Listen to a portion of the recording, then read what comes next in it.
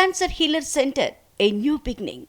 మాజీ ఎమ్మెల్యే కోనేరు కోనప్ప సొంత పార్టీ కాంగ్రెస్ పై రగిలిపోయారు.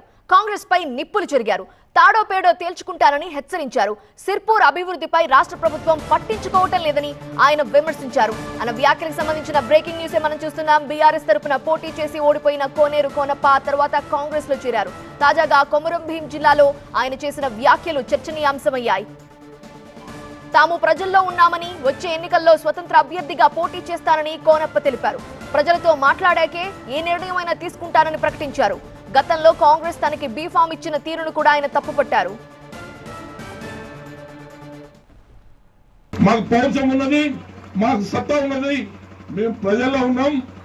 రేపు ఎన్నికలు వస్తే ఇండిపెండెంట్ అభ్యర్థిగా పోటీ చేస్తాం. మీ అందరి దయ ఉంటే అని చెప్తాం. మీ అందరి ఆశీర్వాదం ఇస్తే ఇండిపెండెంట్ అభ్యర్థిగా పోటీ చేస్తాం. ఇలా కోనప్ప టీఆర్ఎస్ లో చేస్తాను అని చెప్పి చెప్తా ఉన్నాను. నేను ఒకటే మాట చెప్తా ఉన్నా, నేను ఏ పార్టీలో చేరినా, ఏ రాజకీయ నిర్ణయం తీసుకున్నా మీ ప్రజల ముందే నిర్ణయం తీసుకుంటా. నేను ఇంట్లో తీసుకోని చెప్పి చెప్తా ఉన్నా. నేను ఇంట్లో తీసుకోను, నేను ఇంట్లో నిర్ణయం తీసుకోను. మీకు చెప్పిన తర్వాతనే ఊరు తిరిగి మీ అందరితో మాట్లాడిన తర్వాతనే నా రాజకీయ నిర్ణయం ఉంటుంది. కానీ ఇప్పుడు ఉండదు అని చెప్పి చెప్తా ఉన్నా. 2004 సంవత్సరంలో నేను తిరిగినప్పుడు నాకు కాంగ్రెస్ పార్టీ టికెట్ ఇవ్వలే. కానీ ఆనాడు నాకు ఏం చెప్పిందో, కాగా నువ్వు పోటీ చేయి, మేమంతా మేము వెనుక ఉన్నామంటే ఇండిపెండెంట్ గా మనం తయారైన వాళ్ళ తెల్లగుడ్డ పట్టుకొని ఇండిపెండెంట్ గా తయారైతే రాత్రి 12 గంటల రాత్రి పిలిచి ఈ కాంగ్రెస్ పార్టీ మన బీఫామ్ ఇచ్చింది. ఇంత దొంగ కంపెనీ ఇది. అసలు కోనేరు కోనప్ప ఆగ్రహానికి కారణం ఏంటి అంటే ఒక బ్రిడ్జ్. గుండాయిపేట వీర్ దండి మధ్య 75 కోట్ల రూపాయలతో నిర్మించాల్సిన బ్రిడ్జ్ నిర్మాణానికి తాను ఎన్ని అవస్థలు పడ్డారో వివరించారు.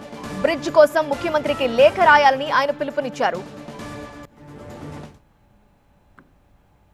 ఏ డేట్ నాడు పోయి ముఖ్యమంత్రి దరఖాస్తు ఇచ్చిన అది పట్టించుకోలే. మళ్ళీ పోయి అదే ముఖ్యమంత్రి దగ్గర మళ్ళీ రెండోసారి పోయి 21/11/22 తారీఖు నాడు మళ్ళీ నాకు బ్రిడ్జ్ కావాలని చెప్పి పోయి డిమాండ్ చేసిన. ఈ రకంగా 13 సార్లు అడిగినాక నాకు బ్రిడ్జి మంజూరయ్యి డబ్బులు వచ్చిన తర్వాత, టెండర్ అయిన తర్వాత, పని స్టార్ట్ అయిన తర్వాత దీన్ని రద్దు చేసిండ్రు. ఈ బ్రిడ్జి మాకు కావాలి. మీరందరూ కూడా ముఖ్యమంత్రికి విన్నపాలు పంపించండి, పోస్ట్ కార్డు రాయండి. పోస్ట్ కార్డు రాసి మా వీరిదండి గుండెపేట మధ్యలో మా వారధా నది మీద బ్రిడ్జి కట్టాలని చెప్పి, ఇది మా డిమాండ్. అప్పటిదాకా మీరు ఎవరు కూడా మా ఊళ్ళో ఓట్లు అడుగుదలకి రావద్దని చెప్పి మీరందరూ డిమాండ్ చేయాలని చెప్పి నేను మీ అందరినీ మరొకసారి మనం చేస్తాం. ఏ పార్టీలో ఉన్నామన్నది తనకు ముఖ్యం కాదన్నారు కోనేరు కోనప్ప. ఏ పార్టీలో ఉన్నా తనకు ప్రజాభిమానం మెండుగా ఉంది అన్నారు.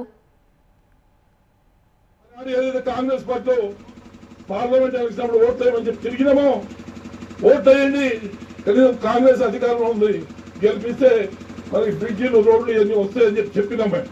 నా మాటలు మీరు 60,000 ఓట్లు వేసింది. అంతకుముందు అసెంబ్లీ ఎన్నికల్లో 8,000 ఓట్లు వచ్చినాయి. అదే కాంగ్రెస్ పార్టీకి మీ అందరి దయతోని, మీ అందరి ఆశీర్వాదంతో ఇలా 60,000 ఓట్లు తీసుకొచ్చాం. మనం తీసుకొచ్చామని చెప్పండి మీరు. అలా టీఆర్ఎస్ పార్టీలో ఉంటే కూడా అదే 60,000 ఓట్లు వచ్చినాయి.